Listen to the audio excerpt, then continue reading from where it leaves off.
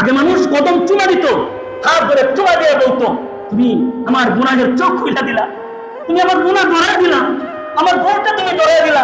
এসে চুমা দিয়ে বলতো, ভাই কোনোদিন কত মানুষের সাথে সম্পর্ক রাখলাম, কেউ কোনোদিন আমার এত বড় উপকার করে নাই, তুমি আমার চোখ খুলে দিয়ে উপকার করলে না, বাবা আমি তোমার এই ঋণ পরিশোধ কোনোদিন করতে পারবো না। চুমা দিছে। আর এখন হক কথা বললে হুজুরের রুমের মধ্যে যায় হুজুরের বিটা, হুজুরে দেওয়া কথা বলা ঠিক না বেটি, হুজুরে যে কোনো একটা ঘটনা নারীর সাথে কেলেঙ্কারি বাজায়া হুজুরের মসজিদ থেকে বের করে দেয়, কথা বলা ঠিক না বেটি। হুজুরের দায়িত্ব বরং লাগবো, পদ্ধতি কি একটা তো লাগবো, কথা বলেন না, পদ্ধতিও একটা দরকার।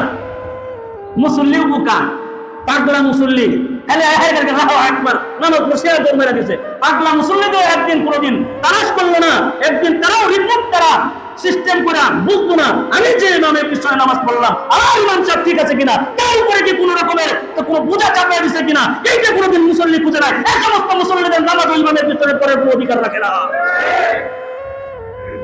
খালি মসজিদে আইয়া খালি ইমাম সাহেবের পিছনে নামাজটা পড়ে গেলেন না, হাত আদায় গেছে ফরজ আদায় করছি। হাসরের ময়দানে যে ইমামের সাথে উঠবেন খবর থাকে না, খবর নাই আপনার, আপনার ইমাম আপনাকে জান্নাতের পথ দেখাবে, আপনার ইমাম হাসরের ময়দানে আপনার নামে উঠবে, তোর খবর রাখেন কই আপনি? নামাজ পড়া পর্যন্ত ইমামের সম্মান না, ইমামের সম্মান মসজিদে যতটুকু বাইরে এর চাইতে বেশি দেওয়ার চেষ্টা করতে হবে। আপনার ইমাম আপনার রাস্তা দেখাইলো, আপনার ইমাম আপনাকে জান্নাতের পথ দেখাইলো, আপনার ইমাম আপনার সব গুনাহগুলো খুইলা দিয়ে আপনাকে পবিত্র বানাইলো, সেই ইমামের পিছনে আপনি নামাজ পড়া আখিরাত কামাই করলেন। এই ইমামকে আপনারা দুশ্চিন্তভাবে দেইরা তাকে বাইর করে দেন। আপনারা একবার চিন্তা করেন না, তার সমালোচনা করেন, কার সমালোচনা করছি আমি? কি ইমামের সমালোচনা করছি নাকি আমার নিজের পায়ে নিজে কোরআন মারছি? আপনারা এটা স্মরণ রাখেন না, কথা বলেন ঠিক না বেঠিক?